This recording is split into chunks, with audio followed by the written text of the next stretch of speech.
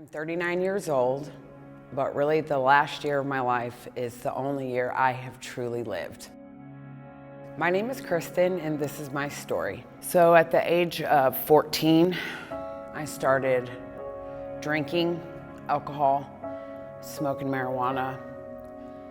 By 15, I had started dabbling in harder drugs. I had a baby at the age of 16, and after I had her, I downward spiraled because he was cheating on me, wasn't coming home. I couldn't rely on him for anything. So I went into a depression and I started to use more. When she was one, him and I split up, and then I was really not doing good at all. Even as wonderful as my daughter was, I was always empty. I could never find anything that made me feel whole. So I was looking for it in all the wrong places. And then I married a man when I was 24. And we were married for 10 years. I got pregnant a second time, and he walked out on me when I was 6 months pregnant, and he never came home. So when that happened, at the same time, I had a best friend, and he was missing. And they found his body 8 months later. My husband was gone. I had a brand new baby. I was given Percocets from the doctor, and just the concoction of heartache, depression, the medicine, I was immediately addicted to opiates. And then I was introduced to heroin. I had another friend who was murdered. He was shot 12 times. So I was grieving really bad. All the while without a job, I had to pay all the bills. It was very overwhelming, and the heroin numbed everything. So when I did the heroin, all of a sudden I'm taking care of a baby, I'm cleaning house, I feel nothing. I'm whistling, and I felt good. So the addiction was right there. I lost more friends due to drugs, alcohol, and criminal lifestyle. So I felt completely alone. And I got worse. I did more drugs, and I did more drugs, and I held on to the past, to their pictures. I just kept looking backwards so I couldn't move forward. It got so bad that I lost my children in DFS custody. I lost my mind. I had no sense of reality. Finally, it got so bad to the point that I was living under a bridge in St. Louis City. Through all of this, my mother always prayed for me. And my mother is so good. She always would take me back in and tell me about Jesus and do a Bible study. I would get a Bible study in here and there every once in a while with my mom. And it was always so profound. But I was looking for my identity in people, places, and things. One day I called my mom, and she actually came and she picked me up. It was really hot out. I was starving. I was in dirty clothes. She picked me up. She took me home. I took a shower. I sat in a rocking chair, and I just cried.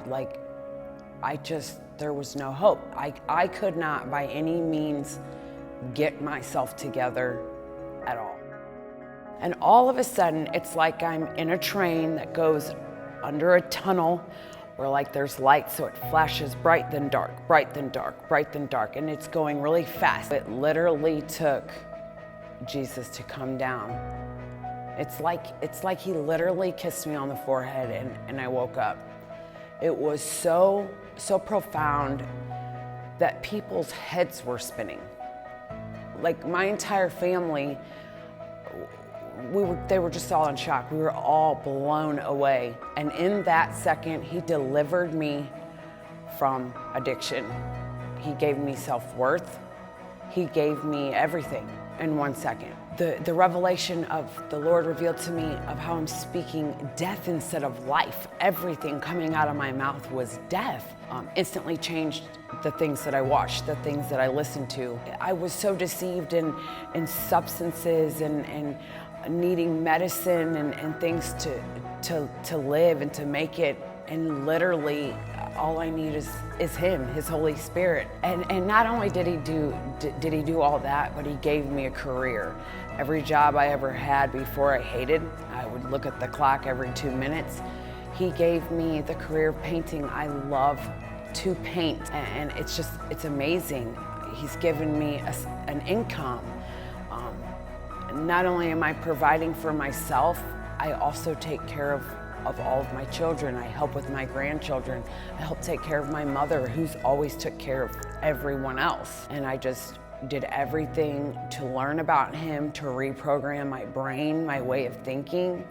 And after a few months of that, I come out of that and I went into my mom's room one day and I said, Mom, I need people. I need a church. I need to go, I need to learn.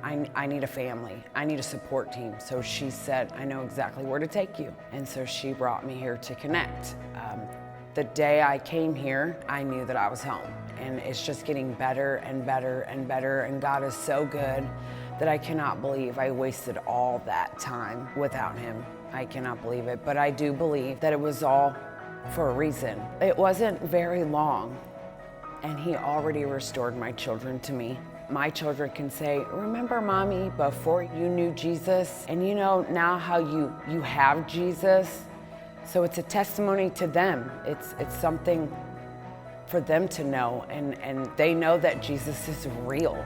They know what I was like before. They 100% see the difference. They know that that was God. I am grateful for the fact that I know how bad it was and how bad it can get and how good God is. So every day, I really feel like I'm living on fire and in gratitude because he is so good, and I know that.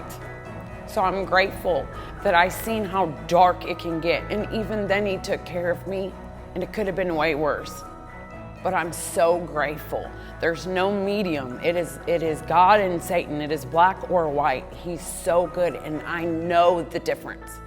My name is Kristen, and this is my story.